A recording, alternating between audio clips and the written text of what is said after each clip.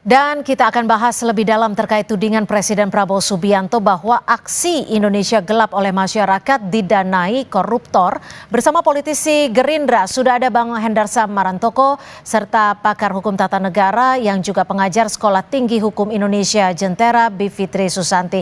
Selamat malam Mbak Bivitri, Bang Hendarsam, terima kasih sudah bergabung bersama kami di Sapa Indonesia Malam. Saya langsung ke Bang Hendarsam.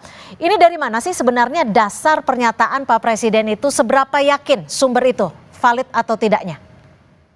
Ya, sumbernya sangat valid. Saya langsung to the point saja merujuk kepada sebuah fakta yang tidak akan mungkin bisa terbantahkan terkait dengan seseorang tersangka, ya, tersangka obstruction of justice, ya, Marcella Santoso yang sudah mengakui bahwa dia mendanai gerakan Indonesia Gelap ini, ya kan, mulai konten buzzer, ya kan, yang menyerang pemerintahan Pak Prabowo, ya, program-programnya, kemudian menyerang Kejaksaan Agung, ya, kemudian juga beberapa hal-hal yang bersifat pribadi tentang masalah Jaksa Agung, salah satunya hal tersebut. Dan ini kemudian, ya, tersangka ini tidak hanya dia, ada beberapa tersangka lain, termasuk dari insan media juga yang sudah dijadikan sebagai tersangka. Ini merupakan sebuah fakta yang tidak mungkin terbantahkan.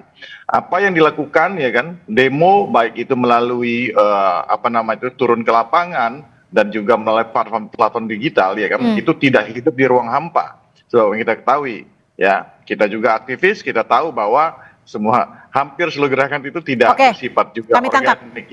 Ya, kami tangkap. Mbak Bivit, Anda juga menjadi salah satu pihak yang cukup lantang bersuara soal gerakan baik itu Indonesia Gelap dan juga bentuk-bentuk kritik terhadap pemerintah kala itu.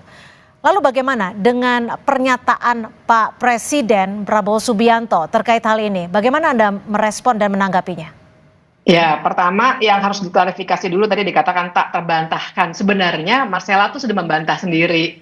Jadi dia bilang bahwa pernyataan itu tidak dia bikin, yaitu pertama. Kedua, saya kira apa yang disampaikan Pak Prabowo itu kan menggambarkan cara berpikir dia, ya. Jadi cara berpikirnya memang sebagai seorang tentara, tidak mungkin ada orang-orang yang berpikir secara rasional tanpa ada komando. Jadi sebenarnya kebebasan individu untuk berpikir ada sesuatu yang salah, kemudian bergerak dengan indikasi yang jelas, bergerak bersama, itu mungkin tidak masuk di akalnya Pak Prabowo sebagai tentara, karena segala sesuatunya harus dikomandoi. Nah, mungkin cara berpikir itu, sehingga dia tidak paham bahwa dalam sebuah demokrasi, dalam sebuah kelompok masyarakat sipil, sangat wajar ada gerakan-gerakan sosial seperti itu yang tidak hanya terjadi di Indonesia. Di Indonesia juga terjadi beberapa kali.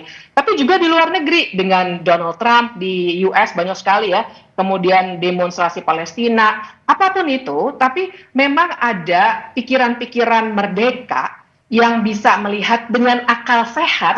Tidak perlu ada yang bayarin, bergerak untuk menolak sesuatu. Jadi kalau bisa disingkat, Anda ingin juga mengatakan bahwa pernyataan Pak Prabowo sudah menyalahi perspektif iklim demokrasi?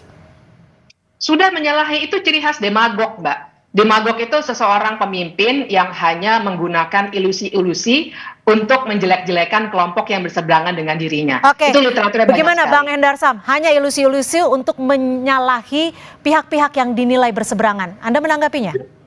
Ya, jadi yang pertama bahwa terkesan bahwa seorang Bivitri ini membela seorang Marcella Santoso, kan seperti itu. Oh, salah. Marcella soalnya sudah bilang sendiri. Ya, kan? Itu yang pertama, ya. Yang pertama. Yang kedua saya sampaikan bahwa tidak hanya Marcella Santoso, ada tersangka-tersangka lain, ya kan, terkait dengan apa yang sudah dilakukan oleh Marcella Santoso. Ini sudah dijadikan tersangka, ya, kaitannya dengan melemparkan narasi-narasi itu, ya kan. Salah satu insan pers di salah satu media, ya kan, ada beberapa hal lain. Ini fakta, nanti akan terbuka semuanya. Jadi apakah, ya kan, teman-teman ini bersimpati atau berempati dengan Marcella Santoso dan geng, atau mereka mempunyai gerakan sendiri di luar itu, ya saya nggak menuduh hal tersebut. Yang beliau sampaikan ini adalah sesuatu hal yang fakta yang bersifat empiris, gitu loh. Jadi kenapa dari teman-teman yang lain nih seperti itu merasa menjadi seperti tersudut, kan enggak. Oke, tapi yang dimaksud Pak Prabowo ini fakta. koruptor mana? Banyak juga nih koruptor di Indonesia yang saat ini juga masih berproses dalam hukum. Marcella Santoso itu saat ini tersangka terkait dengan masalah korupsi, ya. Ada Hanya beberapa iya? tindak Hanya pihak ini? Lah, ini kan salah satu contoh yang beliau merujuk pada hal tersebut, dan ini jangan salah ya, gerakan Indonesia Gelap ini ya kan di platform digital saja itu menggulungnya sangat besar loh. Berapa juta itu. Jadi kan berapa juta itu dengan berbagai macam tagar, dan ini kan akan dibuka nanti di pengadilan. Jadi apa yang beliau sampaikan ini bisa beliau pertanggungjawabkan nanti. Bisa kita pertanggungjawabkan, kita buka semuanya. Ya. Kalau nggak ada, kita hormati proses hukum bahwa saat ini ada beberapa orang tersangka terkait dengan masalah narasi-narasi yang menjelekkan pemerintah dan program-programnya, kemudian juga kejaksaan dan penegakan hukum. Baik. Saya ambil contoh gini, sorry, saya tambahin. Singkat. Salah satu hal yang paling mendasar itu bahwa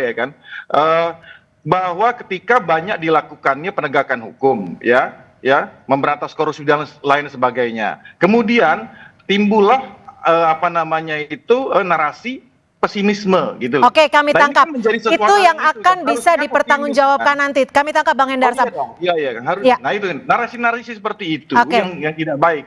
Ketika ketika Pak Prabowo ingin membuat sebuah gerakan pemberantasan korupsi yang begitu besar.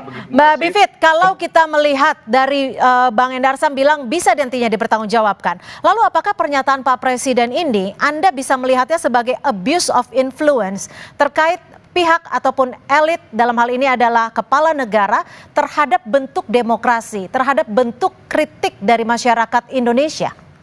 Ya, jadi kalau dalam bernalar ini namanya logical fallacy yang mengandalkan otoritas ya, atau juga bisa pakai istilah scapegoating gitu. Jadi memang menggunakan otoritasnya sebagai presiden untuk menyatakan hal-hal yang bisa membuat publik jadi percaya. Padahal coba perhatikan sebenarnya tidak ada argumennya. Pak Prabowo tadi kan ada cuplikannya ya, dia mimicking aja. Mimicking yelek gitu-gitu ya, dengan mimicking ngerti ya maksudnya ya. Jadi hanya menggunakan ekspresi buruk, tapi sebenarnya nggak ada argumennya karena dia hanya scapegoating saja. Jadi buat saya ini contoh buruk dari seorang pemimpin yang memang demagog begitu, sehingga kita dipecah belah untuk mengatakan bahwa akal pikiran orang-orang yang sehat ini sebenarnya hanya dikoordinir oleh satu orang yang bernama Marcella. Apakah kita bisa percaya itu? Baik. Saya kira kalau kita berakal sehat tentu tidak bisa. Baik, terima kasih Mbak Bivitri Susanti dan juga terima kasih Bung Hendar Sam Marantoko atas perspektifnya malam hari ini. Selamat malam.